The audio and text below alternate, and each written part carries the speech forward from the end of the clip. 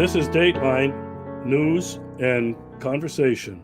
For the past month or so, I haven't been very active in producing these shows, Dateline News and Conversation. But in this past month, Israel and the war on Gaza has consumed the world's attention. Our good friend Dimitri Lascaris is back tonight. You know him. He's a lawyer, a journalist, and an activist.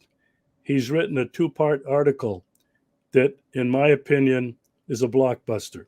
Dimitri, welcome back to the show. Thank you, Regis. Always a pleasure talking to you, my friend. Well, the title of the article, Israel, America's unsinkable aircraft carrier is sinking. Let's start out with this. One of the first things you said in the article was, I'm quoting, from its founding in 1948, Israel has gotten away with murder. Would you be able to give me some concrete examples of that? That opening statement you read is both literal and metaphorical. It has actually gotten away with murder, mass murder, but also other crimes that aren't murder, but nonetheless amount to severe violations of international law and human rights principles. So from 1948 to the current time, for example, Israel has repeatedly violated the sovereignty of neighboring states in the region throughout really the Middle East, including most importantly, Syria and Lebanon. It's also violated the sovereignty of Iran, of Iraq, of Egypt, of Tunisia, amongst other states, by launching attacks, military attacks, or other quasi-military operations on their soil or in their airspace without lawful justification in international law. And in the process has killed many of their civilians and military personnel. Israel has occupied the West Bank illegally since 1967 and has effectively annexed the West Bank. This is territory that was set aside by the United Nations for a future Palestinian state. I believe there's some now 800,000 Israeli citizens living illegally as settlers on this land, practically, constituting a practical impediment to any Palestinian state. Israel has purported to annex territory in violation of international law. The Golan Heights is one example. It claims the Golan is now its territory. It does not belong to Israel, as the international community has said repeatedly. It belongs to Syria. The same is also true of Jerusalem. It has annexed Jerusalem. Jerusalem was set aside by the international community to be the capital of both Israel and the new Palestinian state on terms to be approved by the United Nations. On top of all of that, Israel has committed all manner of human rights abuses of, the Palestinian population living under its control. It has engaged in torture, including the torture of children. And here I'm relying upon Israeli human rights organizations, not just testimonials of Palestinians, but investigations done by B'Tselem and Yesh Din, amongst others, into their abuses of Palestinian children. They've engaged in ethnic cleansing. They've demolished the homes, collective punishment, demolished the homes of families, one of whose members was accused, whether rightly or wrongly, of having committed a terrorist act. The blockade on Gaza, 2.3 million people, one half of whom are children, which has caused immense suffering since its inception over 15 years ago, is an act of collective punishment. Every single day, the people of Gaza have been subjected to collective punishment for the crimes, the actual or alleged crimes of Hamas. It has, killed journalists. Dozens and dozens of journalists have been massacred by Israel just in the course of this current attack on Gaza. It has attacked hospitals, United Nations schools whose coordinates were provided to its military. It has attacked ambulances. It has killed medical workers. I personally know a Canadian Palestinian doctor who was working in Gaza and was wearing garb in which he was identified as a doctor, clearly identified as a doctor, who was shot in both legs by an Israeli sniper in 2018 By the way, the Canadian government did nothing about that. I know a Palestinian Canadian artist. I just interviewed her yesterday, who's living under occupation in Bethlehem, who was shot by an Israeli sniper. Why? Because she was taking photographs of an Israeli skunk truck spreading noxious fluids on the homes of Palestinians living in Bethlehem. I could go on and on and on, Regis. Okay, that I hope will give people a sense of the utter criminality of this state. And let's be clear, it doesn't matter who's been in power, whether it was somebody from the Labour Party or somebody from the Likud or some coalition government, including far-right parties like you have today. These crimes have been committed throughout the history of Israel with total impunity. No one at the highest levels of the Israeli government has ever been held accountable for any of these crimes. I want to go back to a couple of things. You mentioned the words occupied and colonized. You know, one of the crimes that I will never forget was the bulldozing of Rachel Corrie, who stood up in front of a bulldozer to try to prevent them from razing to the ground another Palestinian village. That woke up some people in the United States and the West, but it's an example of these flagrant violations of international law and law, period. You mentioned collective punishment. You know, people are beginning to talk about that, and especially people who have not taken sides with Israel. I'd like your opinion on a couple of things. You know, as soon as the October 7th Hamas raid, and it was a military raid, in my opinion, Israel and the West started saying this is Israel's 9/11. This was a terrorist attack. I happen to be one of the people that believe this was not a terrorist attack. This was a justified military attack by a military arm, call them what you want, that finally, after all these years, not only had the ability and the intelligence, but they had the guts, the desire to strike back, and strike back they did. The rest of the world painted it as a horrendous act, unjustifiable act. You're an attorney. I know how you feel about Palestine and everything else. What are your thoughts on, was that a terrorist attack, or was that actually a military confrontation attack, completely justified by any laws of war or international law? Your thoughts on that? Well, to answer that question, we have to ask what is terrorism, and I think there's no definitive definition of terrorism, but one that I think is broadly employed by Western commentators is the targeting of civilian infrastructure or civilian persons with violence for political purposes. Well, according to that definition, the biggest terrorist in the Middle East is Israel, because Israel has targeted more civilians and more civilian infrastructure to achieve its political objective of securing complete control, not only of historic Palestine, but of greater Israel, which includes pieces of territory like the Golan Heights, which are not part of historic Palestine. It's done that more than any militant group, including Hamas, or any state in the entire Middle East, by a wide margin for decades. It's the number one terrorist in the Middle East, the state of Israel. The only bigger terrorist in the entire world is probably the United States government. By the classic definition of terrorism, the United States government, whose victims vastly outnumber those of Israel, is the arch terrorist of our time. So let's just be very clear about that. Now, going to Hamas, let's start with the basic proposition of international law. No competent international lawyer would deny this. Persons living under occupation have the right to employ armed resistance in order to defeat the occupier.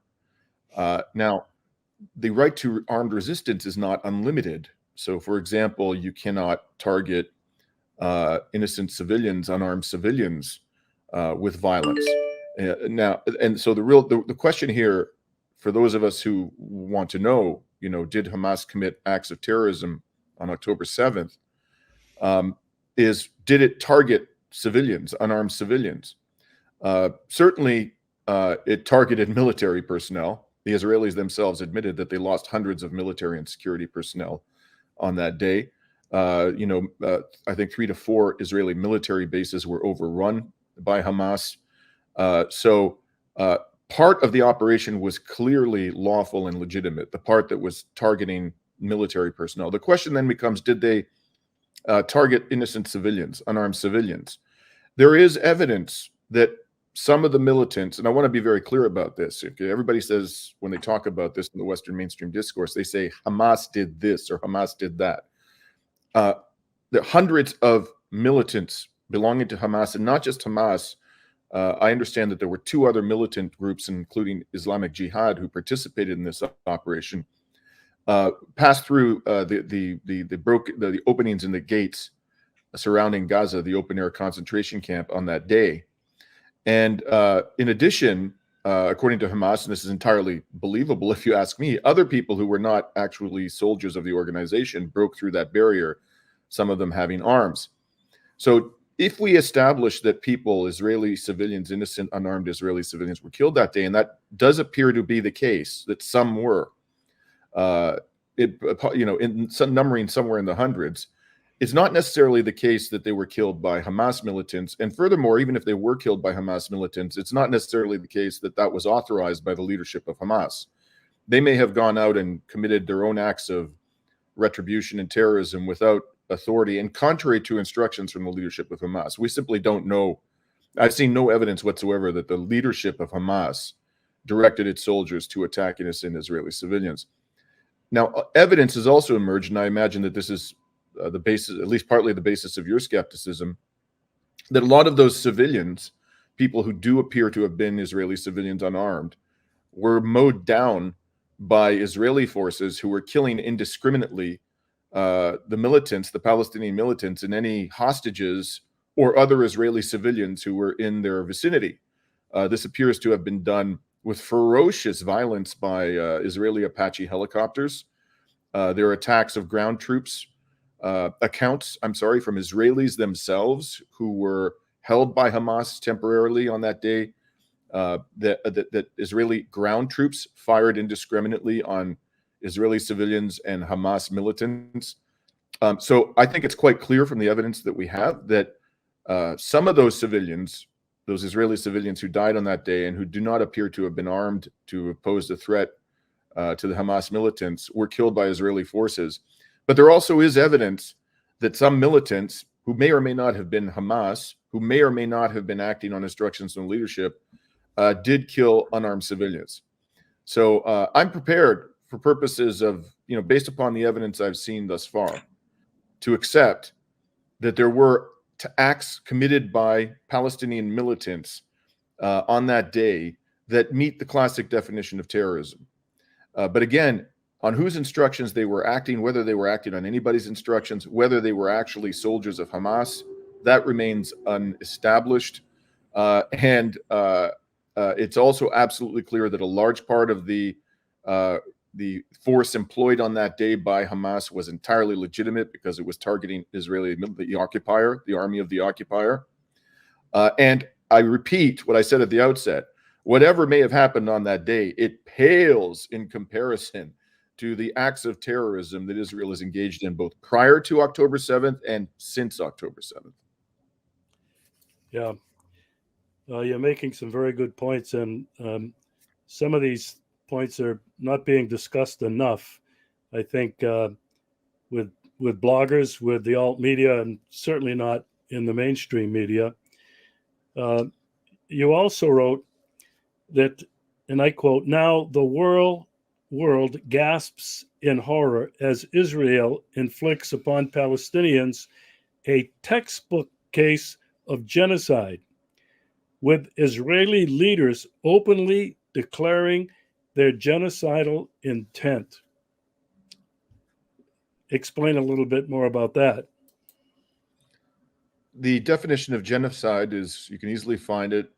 It's in the Genocide Convention, to which I believe all Western nations are party. And by the way, Article 1 of the Genocide Convention obliges all parties to take steps, active, positive steps to prevent genocide. They're not simply obliged to refrain from committing genocide. They have to, when a serious risk of that occurring, I'm going to come back to that in a moment, they have to take active steps to stop it. If not, they're violating the Genocide Convention. So the Genocide Convention's definition of genocide is not particularly complicated. And by the way, the question you're asking me is a legal question, Regis. I can't, I have to say this constantly because I find myself oftentimes being engaged on social media by people who aren't lawyers, don't have a clue about international law, appear to have never even read the Genocide Convention. And they're talking to me as though, as laypersons, they have the ability and the understanding to pass judgment on this question. Well, I would never say that it's not impossible for laypersons to form accurate legal opinions. They can, but they should at least show a degree of humility when they're talking to a lawyer who has taken a passionate interest in international law for 30 years and recognize that they themselves don't have that same level of expertise. This is a legal question. And under the Genocide Convention's definition of genocide, there are basically two elements of the definition. The first is there's a series of acts specified. It's not an exhaustive list of the acts that must be committed for genocide to be taking place, but I would say it's an illustrative list. And there are 5 or 6 acts, one of which is killing members of an ethnic group, another of which is depriving them of the conditions necessary for life. And let's recall here, not only is Israel, not only is it killed, I believe now 16,000 Palestinians in the 48 days that this monstrosity has been going on. Over 6,000 of them are children. 70% of them are women or children. It has also left some 7,000 people missing, many of them under the rubble, either dead or dying. The rubble of civilian infrastructure that Israel has intentionally destroyed. Not only has it killed members, not only has it imposed a blockade, a total blockade of food, fuel, water, medicines, which was clearly designed to inflict massive pain, suffering, and death upon the population of Gaza. It's in fact committed all of the acts that are identified. I've given you 2 in the list of material acts in the definition of genocide under the Genocide Convention. So that's part 1 of the definition. The other one is intent. They have to have the intent, the leadership of the country or whoever it is that's committing genocide, to destroy all or part of a national group or an ethnic group. I stress the word part. There's a misconception that in order to commit genocide, you have to have the intention to eradicate each and every member of the targeted group. That's just not true. That's clear from the plain language of the definition of genocide. This is unquestionably a material part of the population in Gaza, which they're obviously trying to destroy. This is some 2.3 million people. This is a very large proportion of the Palestinian population living under occupation. So there's no question that that they satisfy that element of the definition, and their intention is manifested just by their statements. Statement after statement after statement confirms that they intend to wipe out the Palestinians living in Gaza. You had the Israeli prime minister. I'll just give you a few examples. The Israeli prime minister said, we are going to turn Gaza into an island of ruins. We had other Israeli officials saying that the objective was not to, it was not some discrete military objective, but to inflict maximum damage upon Gaza. We have the Israeli president, Isaac Herzog, saying that nobody in Gaza is innocent because they could have, he apparently includes in this category children. And his reasoning is they could have risen up, according to him, and stopped Hamas from having power. But because they failed to stop Hamas from having power, they bear guilt, at least indirectly, for what Hamas has done, and therefore they're legitimate targets. You had the defense minister saying that the people of Gaza are human animals and that they would put no restraint whatsoever on the military, and nobody would be held accountable for violating the laws of war. And there was this absurd unbelievable. I mean, it was almost surreal video that was posted by Israel's national broadcaster of Israeli children singing that we will annihilate Gaza. Annihilate Gaza, not Hamas, Gaza. I mean, what more evidence do you need of their intent to destroy at least part of the Palestinian population? To me, it's not just, me who says it's a textbook case. Raz Siegel, a genocide scholar from the United States, said it. A senior human rights lawyer, Craig Moktaber, who resigned in protest over the failure of the United Nations to act, he said it's a textbook case of genocide. A couple of days ago, the UN Special Rapporteur for Violence Against Women and Children said in a public statement that we are witnessing the unfolding of genocide. Just before that, the International Commission of Jurists, 60 of the most accomplished jurists, international jurists and lawyers in the world, came out with a statement saying that the risk of genocide being committed in Gaza was now so high that the Article 1 obligation to prevent genocide had been triggered, and that all states now have a duty to take positive, active measures to stop what is happening in Gaza. So the international human rights community, it's not just me, is coalescing around this notion that this is clearly a genocide. It's a slam dunk case of genocide, Regis. The fact that we are debating this rather than taking steps to stop it now is outrageous. It's just completely unconscionable. Okay, I think in layman's terms, you've clarified Article 1 of the Genocide Convention. It's clearly, to a layman, that the act of genocide has been and is taking place. Clearly, there's been intent. It's been stated repeatedly.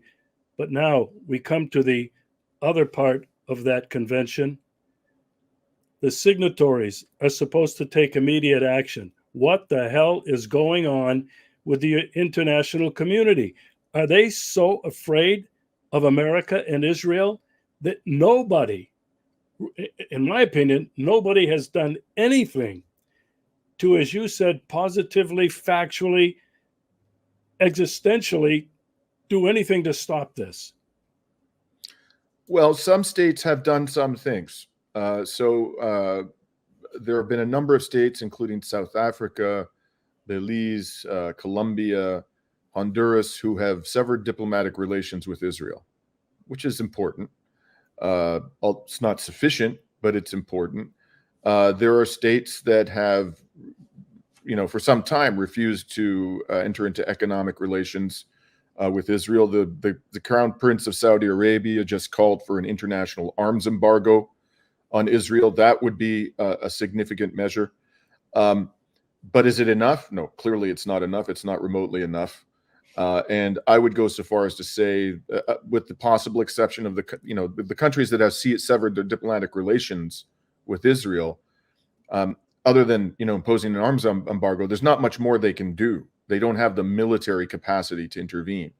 So what that obligation entails depends, and this was recognized by the International Commission of Jurists, on the ability of a state to actually stop it. And the state that is the ICJ specifically identified the state that is most best positioned to stop it, and that's the United States. So the burden under the Genocide Convention, because of its relationship with Israel and Israel's reliance upon the United States for military, economic, and political support, is such that the United States is the state that has the highest obligation of intervention under Article 1 of the Genocide Convention. The United States is not only not doing, and I believe it could literally with the snap of its fingers put a stop to this. Because Israel is totally dependent upon the United States in every conceivable way. I mean, what happened when October 7th, when those attacks occurred? The United States sent really a massive, unprecedented armada to the Middle East to deter anybody from intervening militarily in the horrors that began to be inflicted upon the people of Gaza on that day. The United States has been shipping massive amounts of armaments.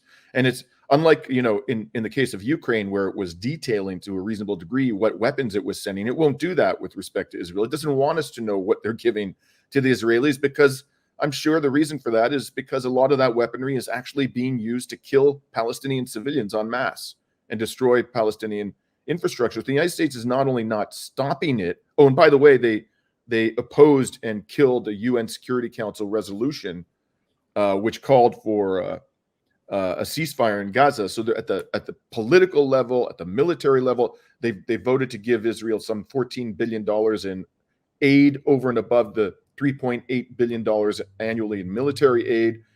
There's no real consideration by the Biden administration of putting a stop to that military aid. So what is the United States doing? It's doing the opposite of what it is obliged to do under the Genocide Convention.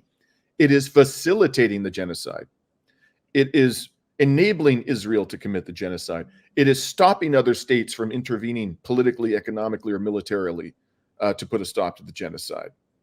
And that's ultimately when people talk about the United States government's sort of status legally vis-a-vis what is happening in Gaza, I recoil at the word complicity because it's not really sufficient to explain from a legal and moral perspective what the United States is doing. The United States government, I believe, could arguably be characterized as a full-blown participant in this genocide. It is a co-party to the genocide. It's not simply complicit.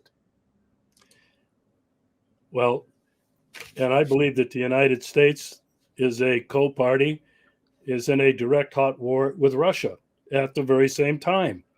We can mince words and parse words and, is it a proxy war and what defines a proxy war?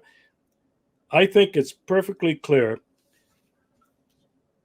to any objective American, I'm talking about Americans now, to be able to deny what has not been hidden from them all these years. I mean, I go back to Rachel Corrie. Rachel Corrie's death caused a lot of people to rise up, caused a lot of people to take part in the Gaza freedom flotillas, caused a lot of people to get out into the streets with signs. And now we're seeing these massive protests around the world, including in Washington, D.C., in large and small cities around the United States. It's obvious that people have seen this and are saying we've had enough.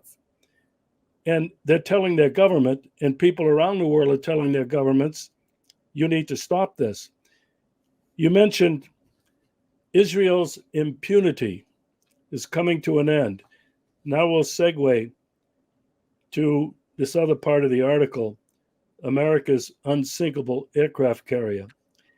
You also wrote this: Israel's domination of the Middle East was not made possible, as Israel's propagandists would have us believe, by the moral and intellectual superiority of its ruling class.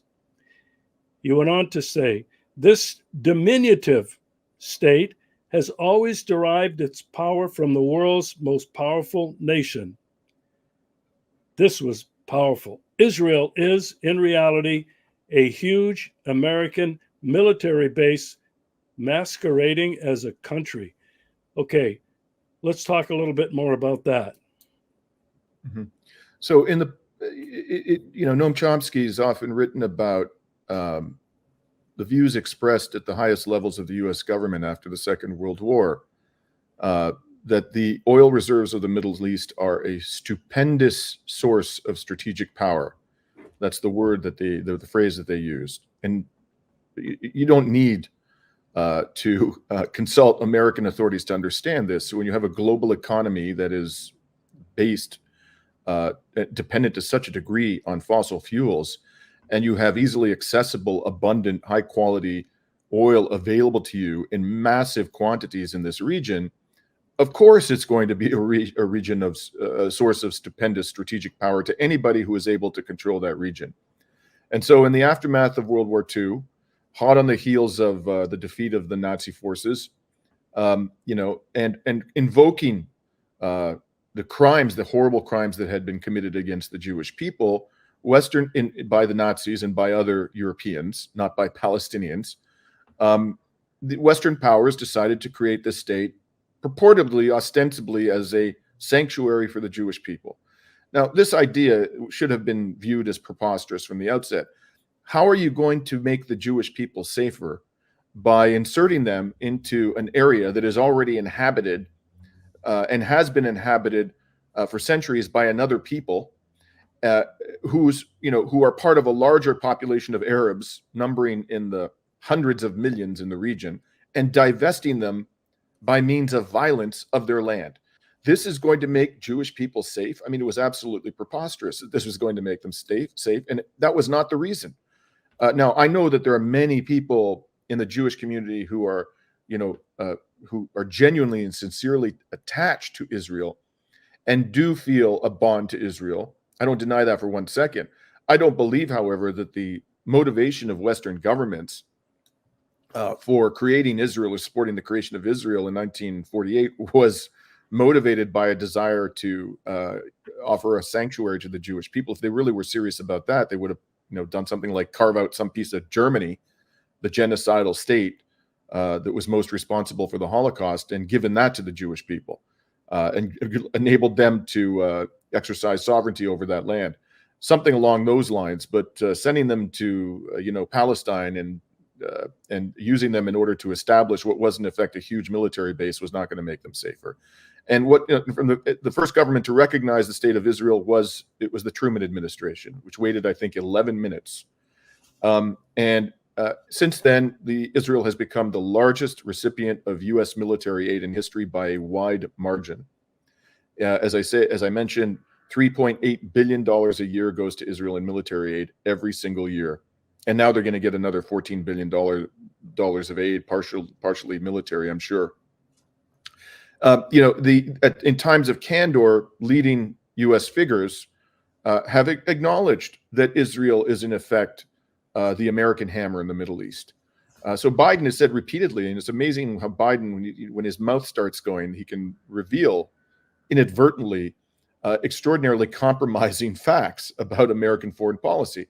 And he has said recently, and he's been saying for some 20 years, that if Israel didn't exist, we would have to invent Israel to protect our interests in the region. Okay. And the title of my article comes from a statement by Alexander Haig, I believe was the Secretary of Defense under Ronald Reagan, who said that Israel is America's unsinkable aircraft carrier in the Middle East.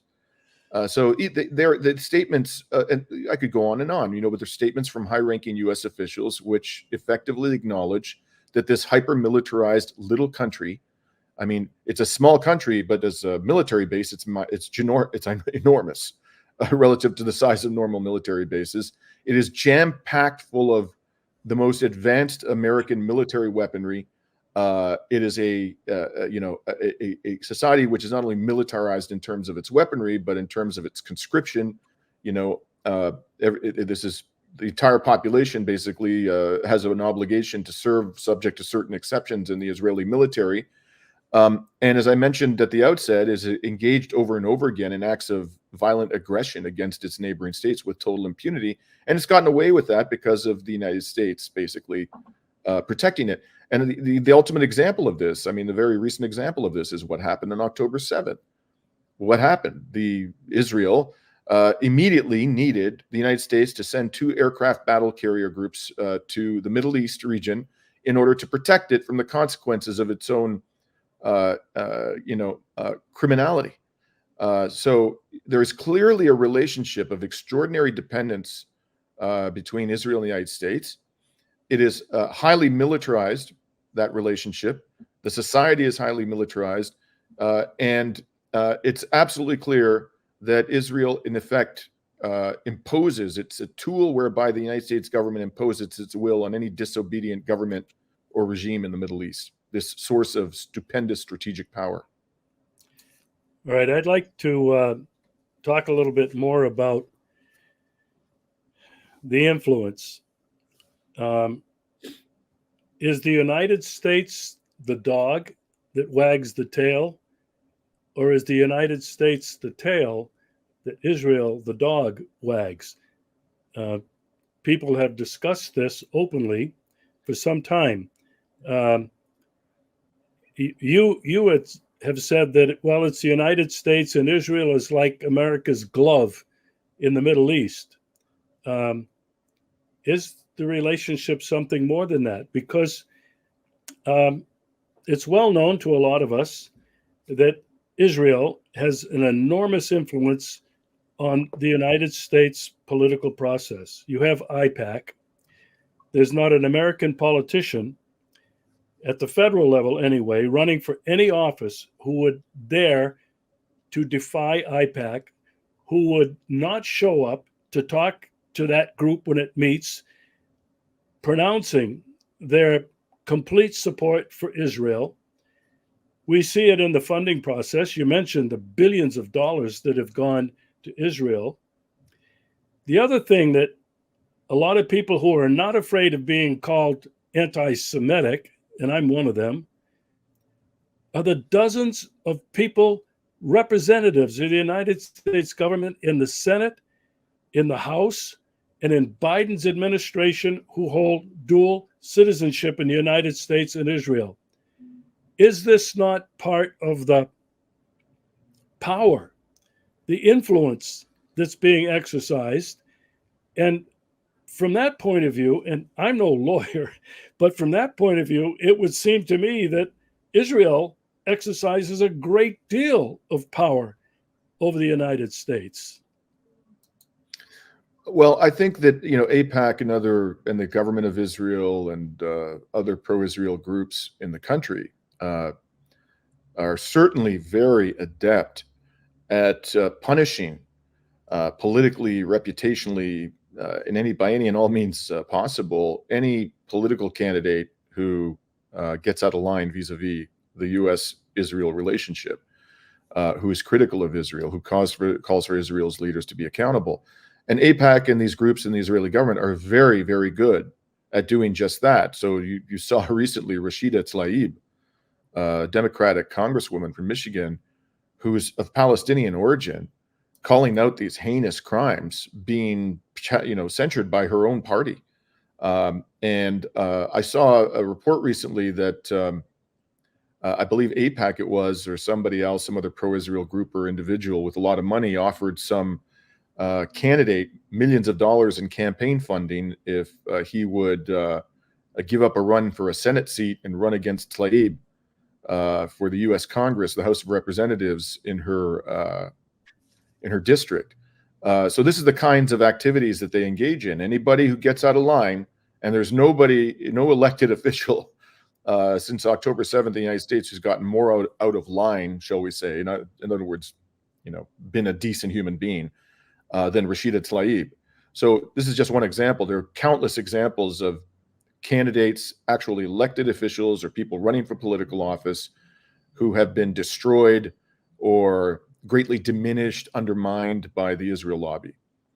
But I would point out that while the influence of the Israel lobby and the Israeli government in U.S. politics is clearly of an extraordinary nature and has had dramatic impacts on the composition of the United States Congress and its attitude towards these issues, there are a lot of people, powerful people in American politics, who are genuinely pro-Israel.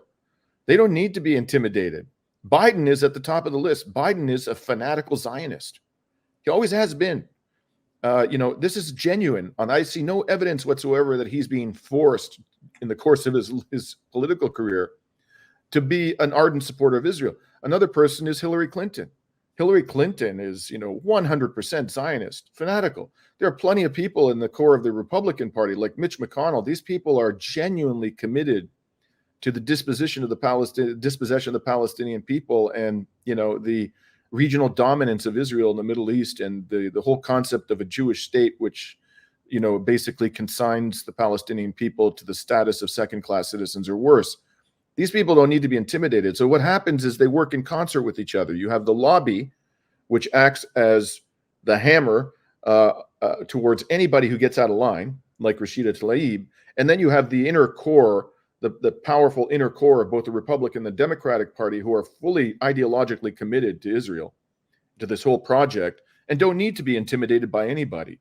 So that's why, at the end of the day, I think it's really complex and doesn't do justice to the nature of the situation to say simply that Israel controls the United States government. The bottom line is any president in the United States decided to pull the plug on support for Israel, with the level of power that the American president has, Israel would be obliged to change its behavior. They won't change their policies towards Israel because they agree with what Israel does. At the end of the day, that's why they won't do it, not because they're afraid. Let me ask you this. You've been talking about some people who are genuinely pro-Israel. Is it a matter of, I think, a number of things? Being afraid to be called anti-Semitic? Are these politicians like Mitch McConnell, like Joe Biden, and like others, is this a ideological or theological position they're taking, or do they really know when they say America's interests anywhere in the world, but specifically Middle East, they really believe that it's about oil and being able to maintain their grasp, their power over that region to secure that oil? Is that part of it? I think it's all of the above. I think, it depends upon which particular politician we're talking about. There are politicians, fairly influential, powerful politicians in the United States who probably are uncomfortable with what Israel is doing, but ultimately they keep their mouths shut because, A, they think it's in the interests of the United States government to maintain this giant military base masquerading as a country, and B, they're afraid of being, targeted by AIPAC and being smeared as anti-Semites. There's unquestionably people like that in American politics.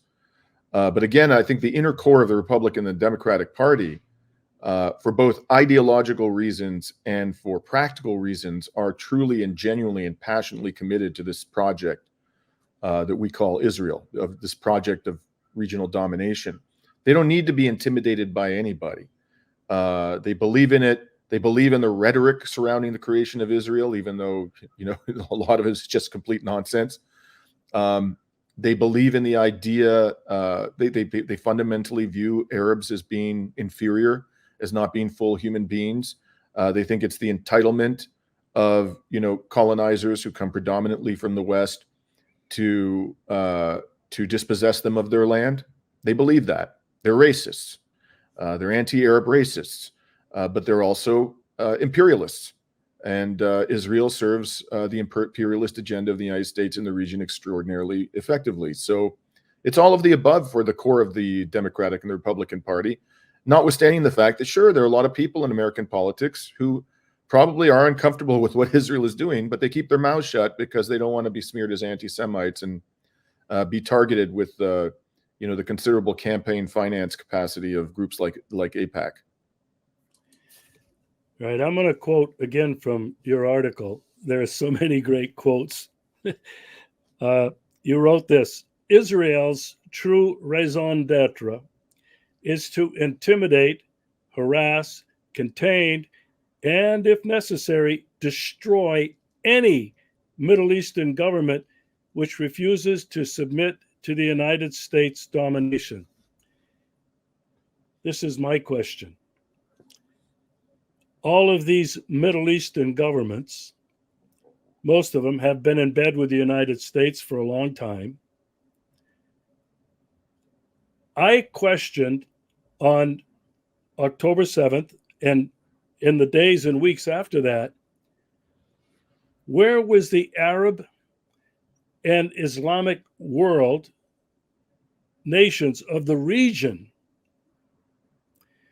who clearly understand what's at stake? Where were they in not entering the fight? Mm-hmm. That for them isn't just about what's happening in Gaza. It's what's been happening to them for decades and decades. What are your thoughts? The Middle East is, not monolithic. So there are certain places where the brute force of Israel, the enforcer, is not required in order for the United States so-called interests to be protected in the region. One such government is Jordan. Jordan's government has been completely co-opted by the United States. Another one, probably even worse, because it cooperates in the suffocation of Gaza, is the dictatorship in Egypt. Been completely co-opted. I believe they're the second biggest recipient in the region of U.S. military aid, the dictatorship of Egypt. So there you don't need Israel engaging in acts of violence, overt or covertly, in order to impose discipline on these countries. But then there are countries like, Iran. And that's the biggest example, I think, that exists today in the region of a government that simply refuses to submit to U.S. domination and has done so for decades. Israel has repeatedly attacked Iranian military forces. So in Syria, it even openly confesses to this. It has no right to attack Iranian military forces in Syria. Those forces, there's no evidence that they have been attacking Israel. There's no evidence that they're preparing to attack Israel that I know of. And they are there in Syria at the invitation of the internationally recognized government of Syria, that of Bashar al-Assad. Whatever you may think of him, he is the internationally recognized leader of Syria, and therefore has every right to say to the Iranians, we want you to come in here, bring your military forces, and help defend us from our opponents. So they've been attacking Iranian military forces. They almost certainly have launched very harmful cyber attacks on Iran. These are acts of war. They have, either directly or through proxies, assassinated Iranian nuclear scientists. Again, acts of war.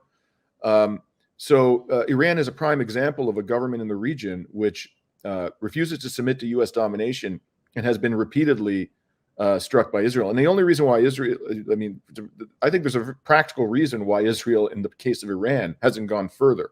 It's committed many acts of war against Iran, many. But has it launched a full-scale military attack on Iran? No, because I think that if it did that, it would be met with devastating consequences. The Iranians have sufficient conventional ballistic missile capacity to flatten large parts of Israel and cause a degree of damage to Israel that it has never experienced in its existence. So what is Israel now trying to do? It's trying to bring in, the Godfather to help it finish off the Iranian government, because it can't do that alone in that particular instance. And then you have the Houthis in Yemen. Again, this is another example of a government from the region that is, hotly opposed to what is being done to the Palestinians. They've seized an Israeli-owned civilian vessel. They've launched ballistic missiles and drones against Israel. You have Hezbollah, which is not the government of Lebanon, but is in the government of Lebanon and is probably the most powerful political force in Lebanon, launching every day since October 7th, repeated and quite significant attacks on military personnel and military materiel in the north of Israel. So there are forces within the region that are opposing Israel. They are the ones that are principally, the targets of the wrath of Israel over the years, because they won't do the bidding of the United States government. Others, as I say, including the ones I've mentioned, there's no need to use violence to bring them into line, because they've been completely co-opted. They're corrupt, autocratic regimes whose only interest is not in satisfying the demands of their people, who are extremely upset about what's being done to Palestinians. Their only interest is to enrich themselves. And that's precisely what they've done at the expense of the Palestinian people. Okay. The last topic for tonight, I think. I think it's very apparent that Israel's influence, its supposed myth of absolute safety and security, has been blown to pieces. And not just on October 7th, but every day since then, when you mentioned what other Arab Muslim states, entities are doing to hit targets inside Israel. It is obvious that Iron Dome, or whatever they call it, that fence that supposedly can detect when an ant sneezes, was easily overcome on October 7th. That has sent shivers up the spine, I have to think, of every Israeli. In fact, I'm hearing that many are leaving the country. They think they're afraid, they're fleeing. But Israel's declining power, or the myth of its power and influence, on the one hand, but on the other hand, we're going to continue talking about this next week, the decline of the power and influence of its protector. Your thoughts on this before we finish? There's no question in my mind. I totally agree with you. And I think that this is certainly in the non-Western world and within Israeli society itself, the prevailing view that Israel's army is no longer, assuming it ever was, I don't think it ever was invincible, but it certainly was a more formidable military force in prior years. But it's no longer an invincible military force. It's not even close to an invincible military force. If you look at the weaponry at the at the disposal of the Israeli military, compare it to the weaponry at the disposal of Hamas and other military groups, it's absolutely remarkable, astonishing, shocking, and humiliating from the Israeli perspective that those militants managed to overrun, I believe, 4 Israeli military bases on that day, temporarily take control of a number of communities, Israeli communities close to Gaza, and fired volley after volley of rockets, many of which inflicted significant damage, even though those rockets, technologically speaking, are quite primitive. And Israel is supposed to have, the world's most advanced air defense system, the so-called Iron Dome. I mean, anybody looking at this objectively would say, this is not an invincible military. It's not even remotely close to an invincible military. And there's a couple of reasons why this has happened.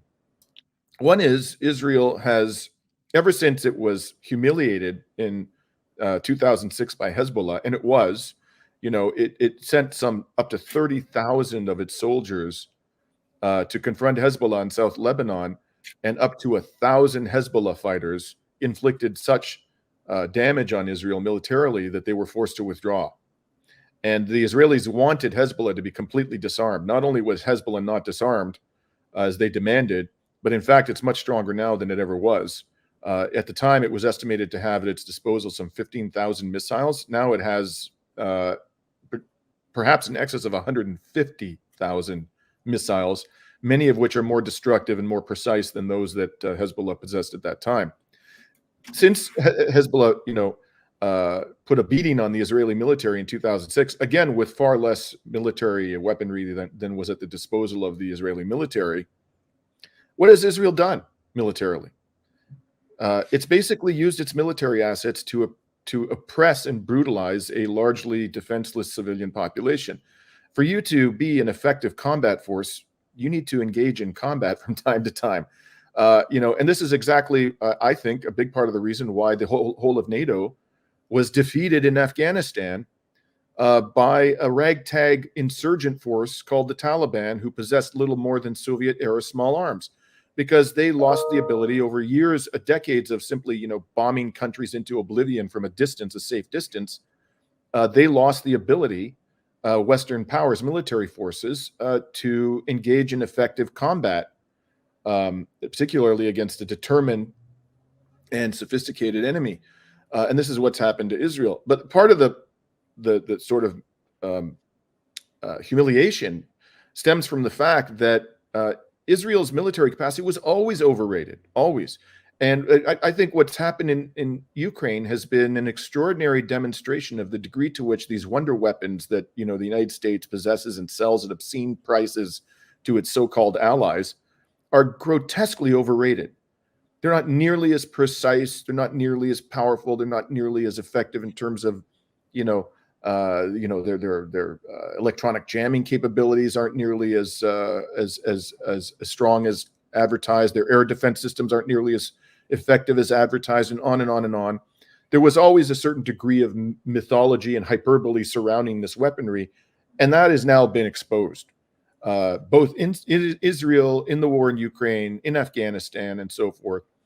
And so what you have at the end of the day is, I think, a perception throughout the Middle East and the world at large, particularly in the non-Western world, that Israel is a lot more vulnerable today than we understood it to be years ago. And this is going to have dramatic and profound consequences for the future security of Israel in the months and years ahead? Well, let's talk about the United States. Its power, its fighting power, its financial power, its political influence is in very steep decline. I think the conflict in Ukraine clearly brought that out. That NATO was not an effective fighting force. And let's face it, there were all kinds of NATO troops in there, on the ground, commanders, that's been documented. All that whiz-bang equipment, supposedly, and 180 some billion dollars we've dumped in there. Ukraine is defeated. It has been defeated. It's not a stalemate. Every single day and night, Russia does not send its troops to be killed. They're using their missiles. They're using their drones multiple times a night, a day, bombing strategic installations and infrastructure in Ukraine. There's nothing left of that country except whatever public information still is propping it up. Russia knows exactly what's going on. But as the rest of the world watched that, as the rest of the world watched these incredible sanctions that they thought would cripple and take down Putin and Russia, had the opposite effect and is actually destroying their own countries, their own economies, and not only economies, they're being inundated with immigrants that they really don't want. So as the rest of the world watches, and on top of that, the BRICS movement, the de-dollarization movement is being seen by people around the world. More and more countries are getting involved and want to be involved. It is clear that the power and influence of the United States is in very rapid decline. We'll talk about this next time as well, but in terms of Israel's future, not many people, but there are some who are calling in to question whether Israel has a future. Your thoughts before we finish? I want to add one thing to your comments about what happened in Ukraine, the impacts it's had, with which I completely concur. And that is, for 20 some odd months, we were told, we as in the peoples of the world, were told every day, day after day, incessantly, sanctimoniously, obsessively, assertively, arrogantly, how absolutely vitally important it was that the entire world sanction Russia and provide whatever military assistance it could provide to the noble Ukrainian government, because this was a question of maintaining the international rules-based order, and human rights were at risk, and the robust democracy of Ukraine was being threatened by the evil Russian Empire, every day. And any government that didn't line up behind the Western efforts to wage this proxy war, both at a military and economic level against the Russian Federation, was, lambasted and threatened. And intimidation was employed over and over again to try to get everybody to fall into line behind the United States government on this war. And then, Regis, the most remarkable thing happened. On one day, they turned on a dime and abandoned all pretense of being on the side of human rights and international law and democracy, and said, we are going to support Israel to the hilt, even while it's committing a genocide before the eyes of the world. So it's not just the military and economic power of the West and the United States which have been severely damaged. Whatever remained of the moral authority of the United States government and its Western vassal governments has been completely destroyed, absolutely and utterly destroyed. They have no credibility whatsoever. Anybody who hears from an American official or a French official or a Canadian official, any government from the global South, from Asia, they're lectured, they're moralized about the need to protect international law. It's going to laugh at these people. Laugh at them, scorn at them, scoff at them. They have zero moral authority. And again, we can sit there and pretend, as the elites do in the West, that this isn't going to have implications for Western power, Western prosperity, Western security, but it will. It will. We have lost any ability to use moral suasion and soft power with the non-Western world as a result of this grotesque and obscene and shameless hypocrisy that we're seeing in Gaza today. You know, and the number one country that's going to be impacted by this, I believe, is Israel, because it's so vulnerable. Over the longer term, the United States will be dramatically impacted as well. But in the near term, this pipsqueak of a country that is so dependent upon American power and brute force is going to have to come to terms with the complete loss of Western moral authority in the world.